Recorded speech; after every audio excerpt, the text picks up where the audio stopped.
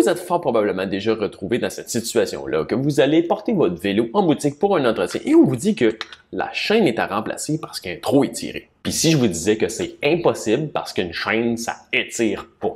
Bienvenue dans cette capsule technique présentée par Vélomag et aujourd'hui, on démystifie l'usure de chaîne. Non, je suis pas en train de dire que votre mécano fait partie d'un complot pour vous faire dépenser de l'argent inutilement sur des chaînes.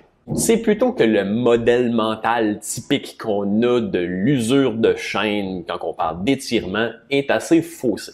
Non, malgré ce que vous croyez, vos jambes, aussi fortes soient-ils, sont pas capables d'étirer le métal des chaînes. Si c'était le cas, le facteur numéro 1 de l'usure de chaîne, ça serait la force du cycliste. Mais c'est pas le cas du tout. Les deux facteurs les plus significatifs sur l'usure de chaîne, c'est la propreté et la lubrification. Parce qu'en fait, l'usure est causée par la friction et non pas la force. Pour visualiser la chose, ici, on a une représentation d'une chaîne neuve. Chaque maillon pivote sur un point de rotation composé d'un rivet et d'un rouleau. Quand la chaîne est neuve, la tolérance entre les deux est très serrée. Mais avec le temps, la friction entre les deux crée de l'usure qui crée plus d'espace entre les deux surfaces. Le jeu qui est maintenant présent dans le point de pivot fait légèrement augmenter la distance entre les maillons et les différents points de pivot.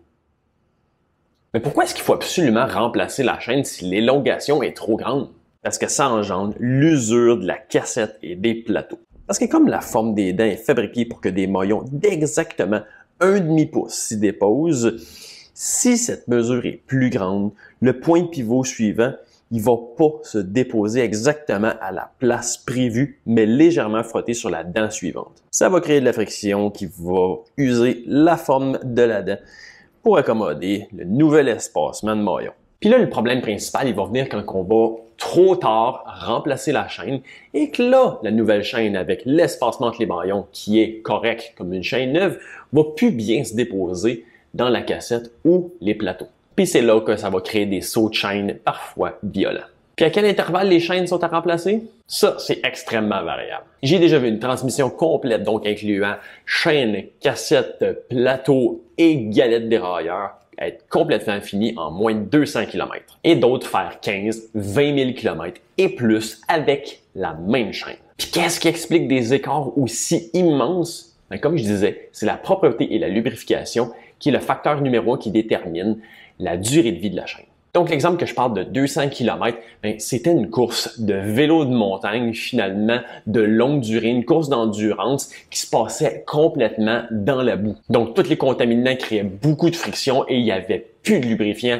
Après déjà pas beaucoup de temps, ça a créé vraiment une usure extrêmement prématurée. Du vrai papier sablé pour la chaîne. Puis ceux qui font 15 ou 20 000 km et plus avec leur chaîne, c'est qui? C'est principalement des cyclistes de route qui roulent dans des conditions principalement sèches et propres, qui vont quand même avoir aussi un entretien très rigoureux et très fréquent au niveau de la propreté de la transmission et qui vont aussi utiliser des traitements à la cire chaude par immersion pour la chaîne avec des produits à formulation spécifique pour le vélo.